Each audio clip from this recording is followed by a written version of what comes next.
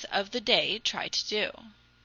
For they share the erroneous idea of the orthodox believers that they are in possession of certain infallible means for investigating a subject.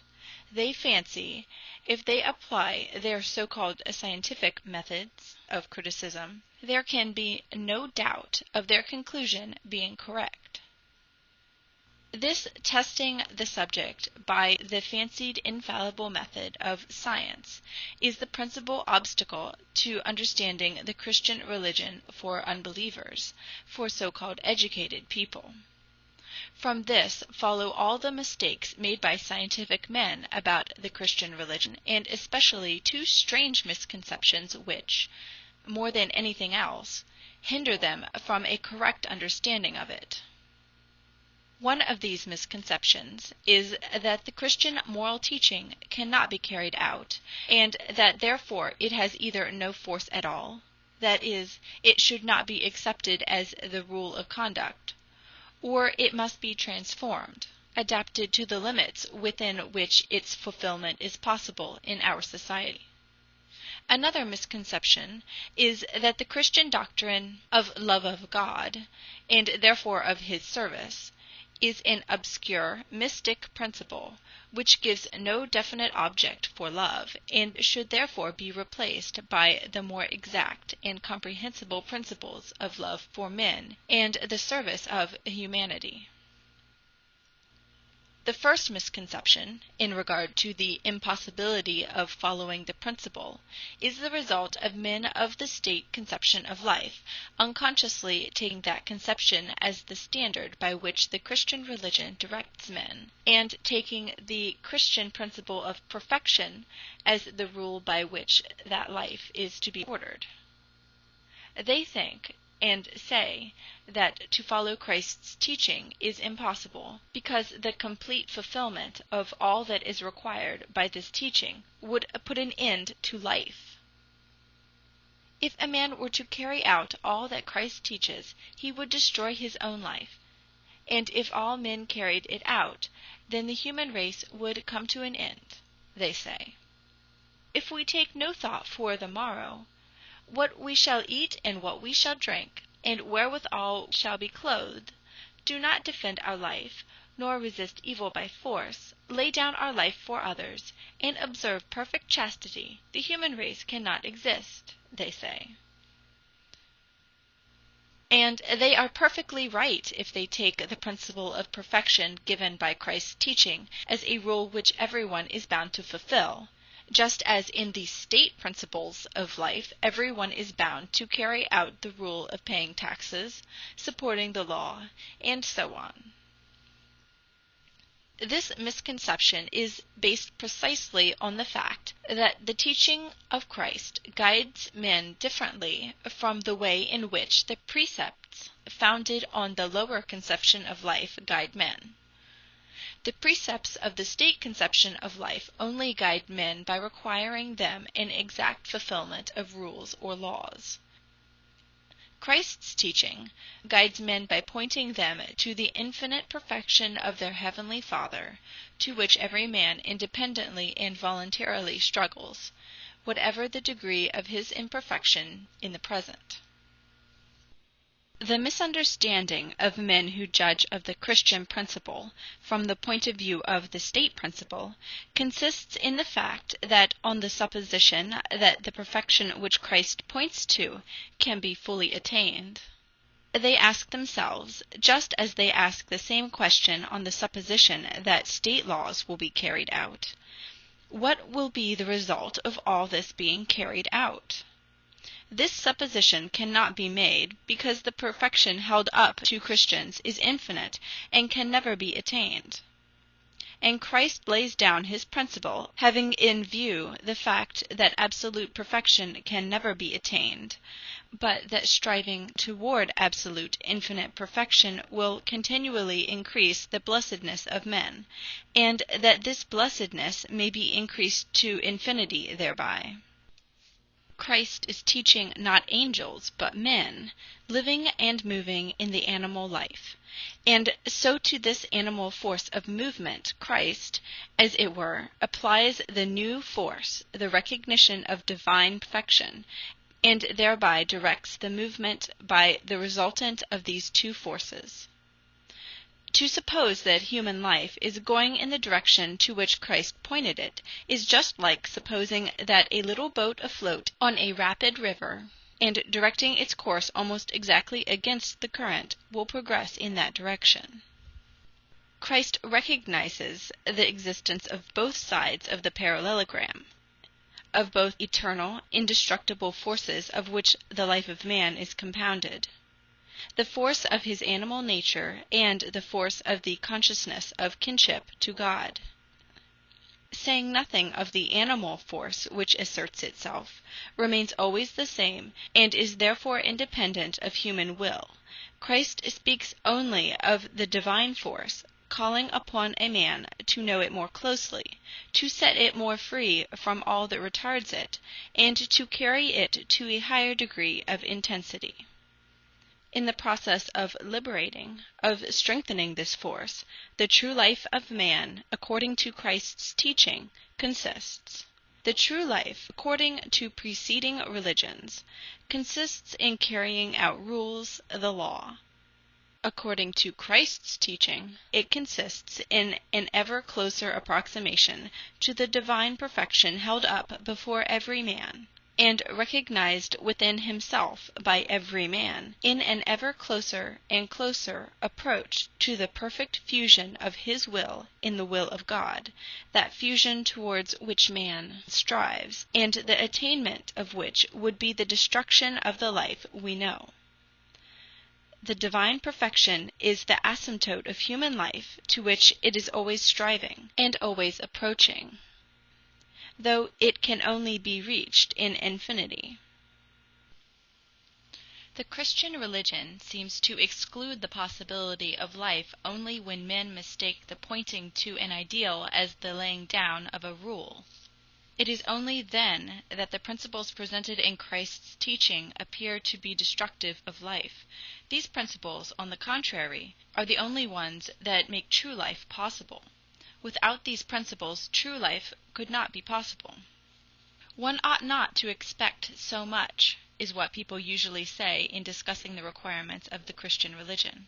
One cannot expect to take absolutely no thought for the morrow, as is said in the Gospel, but only not to take too much thought for it.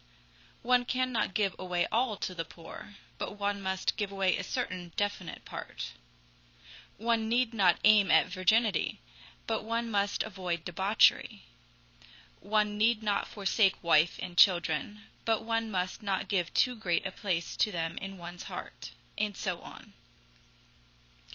But to speak like this is just like telling a man who is struggling on a swift river and is directing his course against the current, that it is impossible to cross the river rowing against the current, and that to cross it he must float in the direction of the point he wants to reach. In reality, in order to reach the place to which he wants to go, he must row with all his strength toward a point much higher up. To let go the requirements of the ideal means not only to diminish the possibility of perfection, but to make an end of the ideal itself. The ideal that has power over men is not an ideal invented by someone, but the ideal that every man carries within his soul. Only this ideal of complete infinite perfection has power over men, and stimulates them to action. A moderate perfection loses its power of influencing men's hearts. Christ's teaching only has power when it demands absolute perfection, that is, the fusion of the divine nature which exists in every man's soul with the will of God. The union of the Son with the Father.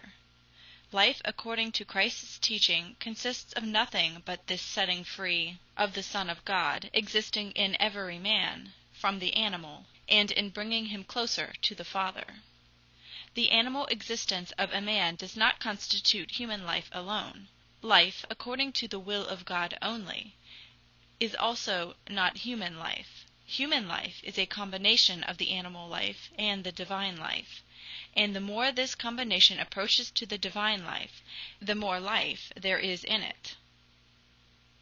Life, according to the Christian religion, is a progress toward the divine perfection. No one condition, according to this doctrine, can be higher or lower than another. Every condition, according to this doctrine, is only a particular stage, of no consequence in itself, on the way toward unattainable perfection, and therefore in itself it does not imply a greater or lesser degree of life. Increase of life, according to this, consists in nothing but the quickening of the progress toward perfection. And therefore the progress toward perfection of the publican Zacchaeus, of the woman that was a sinner, and of the robber on the cross, implies a higher degree of life than the stagnant righteousness of the Pharisee. And therefore, for this religion there cannot be rules which it is obligatory to obey. The man who is at a lower level, but is moving onward toward perfection, is living a more moral, a better life, is more fully carrying out Christ's teaching than a man on a much higher level of morality who is not moving onward toward perfection. It is in this sense that the lost sheep is dearer to the Father than those that were not lost. The prodigal son, the piece of money lost and found again, were more precious than those that were not lost. The fulfillment of Christ's teaching consists in moving away from self toward God. It is obvious that there cannot be definite laws and rules for this fulfillment of the teaching. Every degree of perfection and every degree of imperfection are equal in it. No obedience to laws constitutes a fulfillment of this doctrine, and therefore for it there can be no binding rules and laws. From this fundamental distinction between the religion of Christ and all preceding religions based on the state conception of life, follows a corresponding difference in the special precepts of the state theory and the Christian precepts. The precepts of the state theory of life insist for the most part on certain practical prescribed acts, by which men are justified and secure of being right. The Christian precepts, the commandment of love is not a precept in the strict sense of the word, but the expression of the very essence of the religion, are the 5 commandments of the Sermon on the Mount, all negative in character.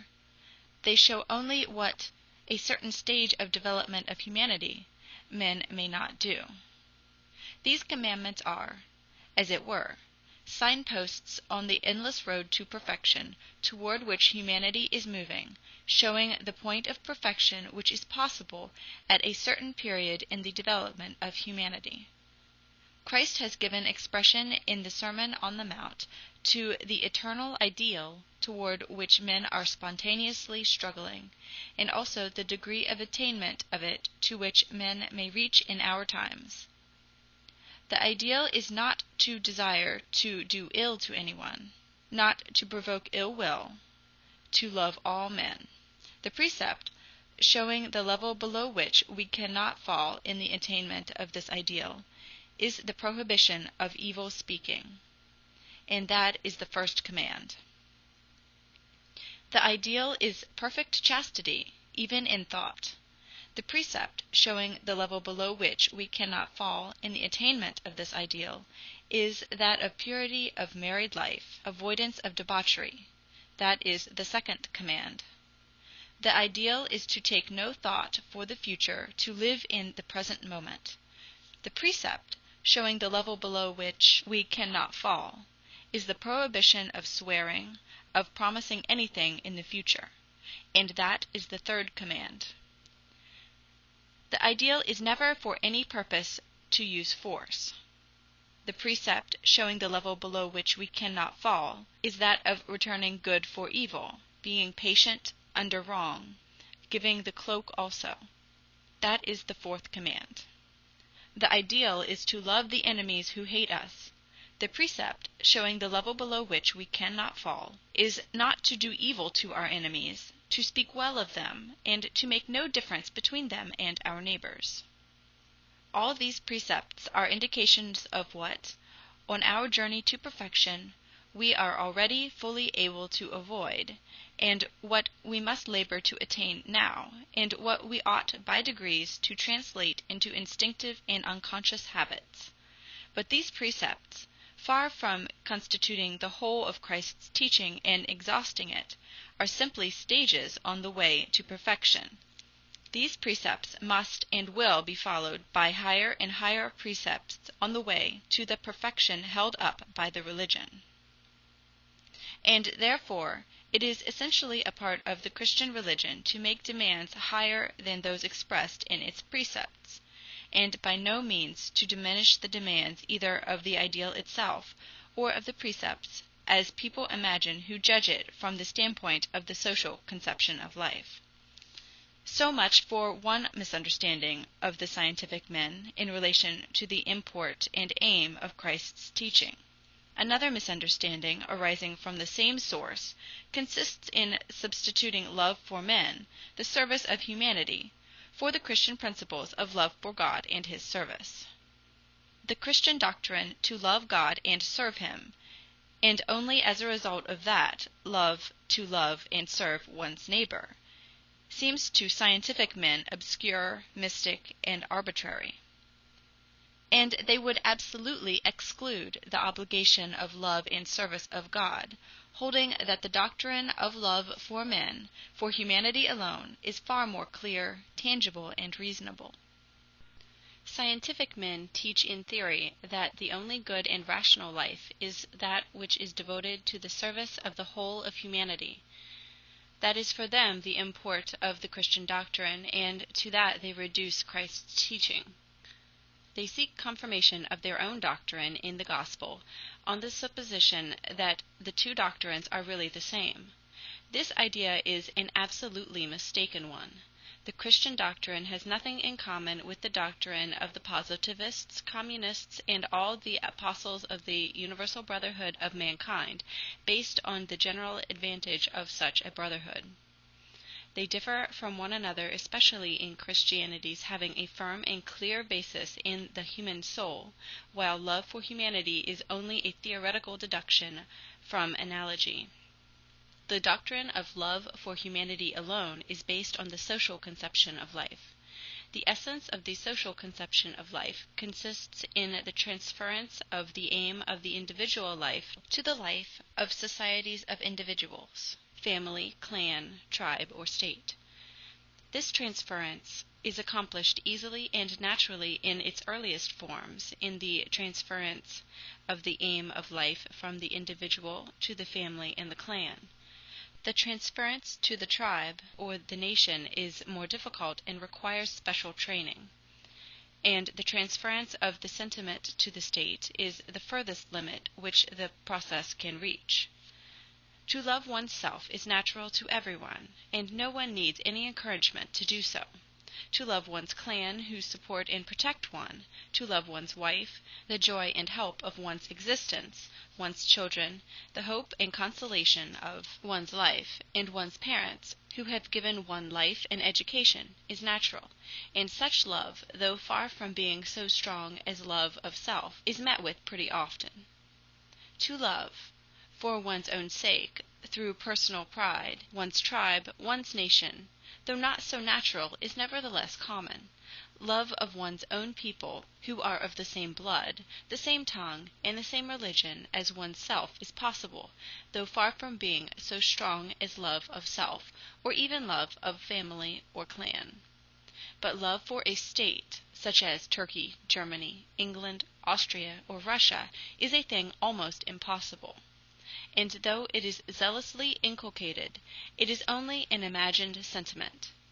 It has no existence in reality, and at that limit man's power of transferring his interest ceases, and he cannot feel any direct sentiment for that fictitious entity.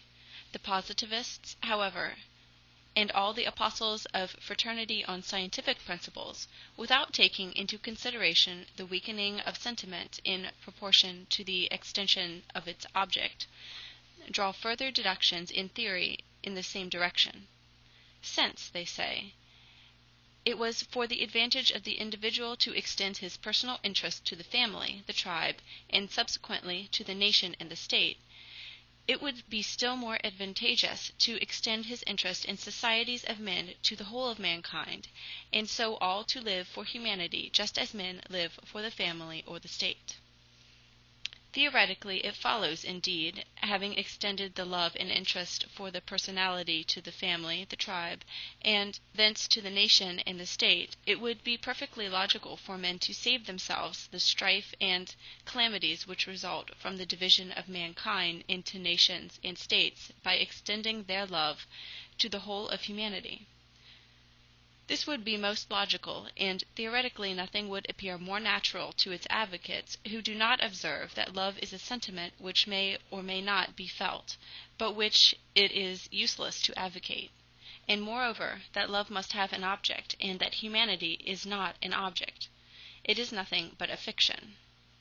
The family, the tribe, even the state were not invented by men, but formed themselves spontaneously, like ant-hills or swarms of bees, and have a real existence. The man who, for the sake of his own animal personality, loves his family, knows whom he loves, Anna, Dolly, John, Peter, and so on. The man who loves his tribe and takes pride in it, knows that he loves all the Guelphs or all the Ghibellines. The man who loves the state knows that he loves France, bounded by the Rhine, and the Pyrenees, and its principal city, Paris, and its history, and so on. But the man who loves humanity, what does he love? There is such a thing as a state, as a nation. There is the abstract conception of man, but humanity as a concrete idea does not and cannot exist. Humanity. What is the definition of humanity? Where does it end and where does it begin? Does humanity end with the savage, the idiot, the dipsomaniac, or the madman? If we draw a line excluding from humanity its lowest representatives, where are we to draw the line? Shall we exclude the Negroes like the Americans, or the Hindus like some Englishmen, or the Jews like some others? If we include all men without exception, why should we not include also the higher animals, many of whom are superior to the lowest specimens of the human race? We know nothing of humanity as an eternal object, and we know nothing of its limits. Humanity is a fiction, and it is impossible to love it.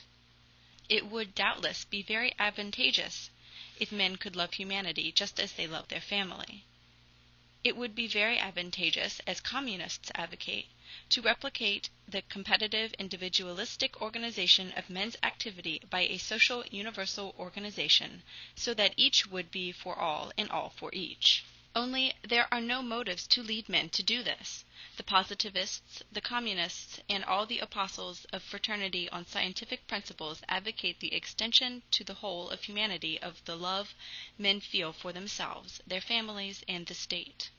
They forget that the love of which they are discussing is a personal love, which might expand in a rarefied form to embrace a man's native country, but which disappears before it can embrace an artificial state such as Austria, England, or Turkey, and which we cannot even conceive of in relation to all humanity, an absolutely mystic conception. A man loves himself, his animal personality. He loves his family. He even loves his native country. Why should he not love humanity? That would be such an excellent thing. And, by the way, it is precisely what is taught by Christianity. So think the advocates of positivist, communistic, or socialistic fraternity. It would indeed be an excellent thing, but it can never be, for the love that is based on a personal or social conception of life can never rise beyond love for the state.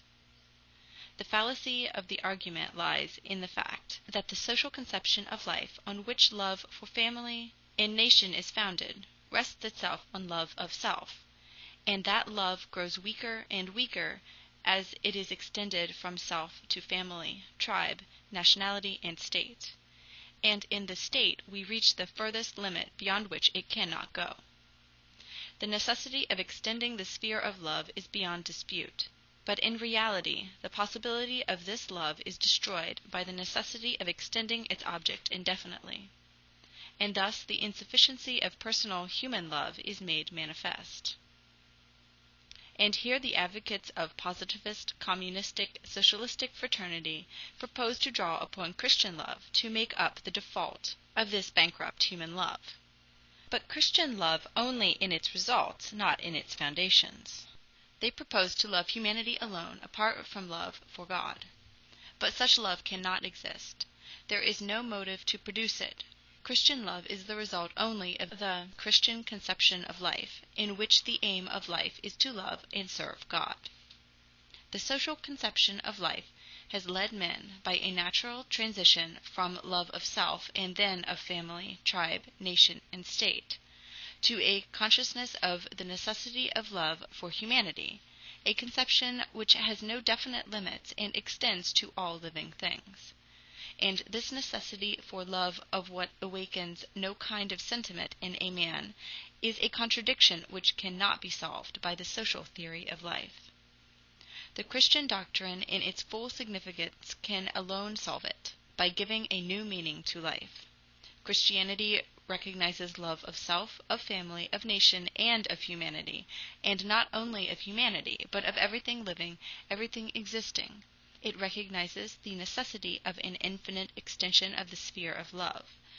But the object of this love is not found outside self in societies of individuals, nor in the external world, but within self, in the divine self, whose essence is that very love which the animal self is brought to feel the need of through its consciousness of its own perishable nature.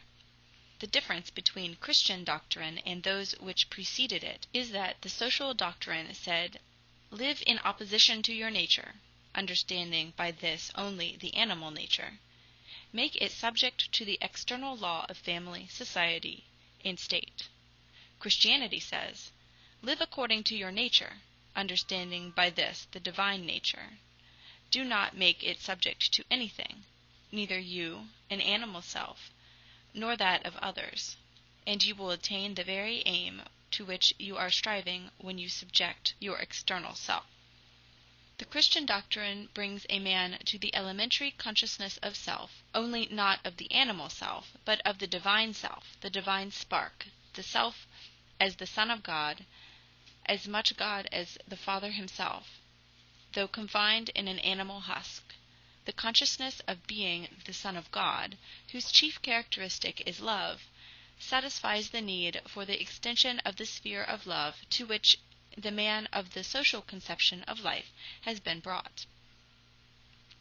For the latter, the welfare of the personality demanded an ever-widening extension of the sphere of love. Love was a necessity and was confined to certain objects, self, family, society. With the Christian conception of life, love is not a necessity and is confined to no object. It is the essential faculty of the human soul. Man loves not because it is his interest to love this or that, but because love is the essence of his soul, because he cannot but love.